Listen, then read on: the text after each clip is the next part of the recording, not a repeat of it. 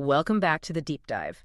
So we're looking at something today that I think hits on a very modern kind of anxiety. You know that feeling when you have a killer idea for a video podcast, but then you look around your apartment? The messy bedroom aesthetic. Exactly. You see the laundry, you can hear your fridge humming, and suddenly that barrier to entry just feels... Like a mountain, yeah. Well, today we're diving into a concept called the Voxel Micro Video Lab. And the claim is that this is a fast lane to get out of that amateur zone.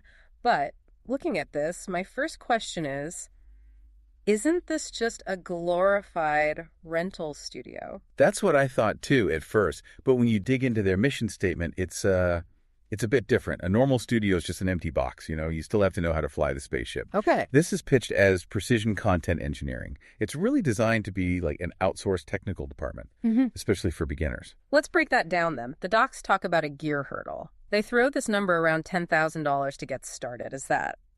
Is that for real, or is that just hyperbole? Honestly, no, it's not really. To get that professional look, you aren't just buying a camera. You need a 3-point lighting kit. You need C-stands, shotgun mics, and the big one, acoustic treatment. Foam on the walls. Right. Sound is just physics. You can't just, wish away the echo in your bedroom. The lab here is described as a turnkey facility. Turnkey is one of those buzzwords that gets thrown around a lot. What does it actually mean for someone walking in the door? It means the physics problem is already solved for you. The lighting ratios are set. The audio levels are already compressed and dialed in. You're not in there fiddling with ISO settings or wondering why you look orange on camera. You just walk in and the machine is already running. Exactly. The whole setup phase is gone. Okay, but that leads to the next big problem, right? The workflow.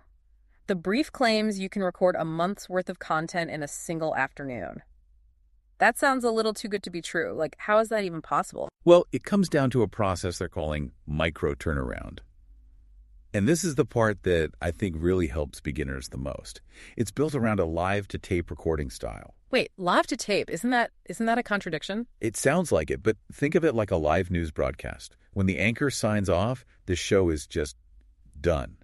There isn't an editor in a back room syncing up audio for the next 3 days. Ah, okay. Because the environment in the lab is so controlled, the video file you get the second you hit stop is basically finished. It's polished.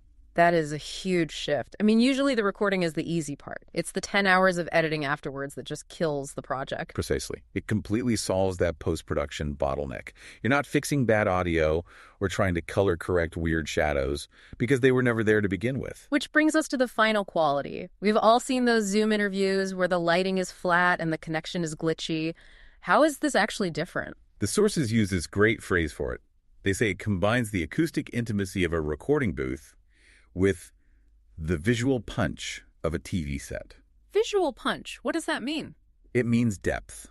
It means having that separation between you and the background, which is really what makes video look expensive.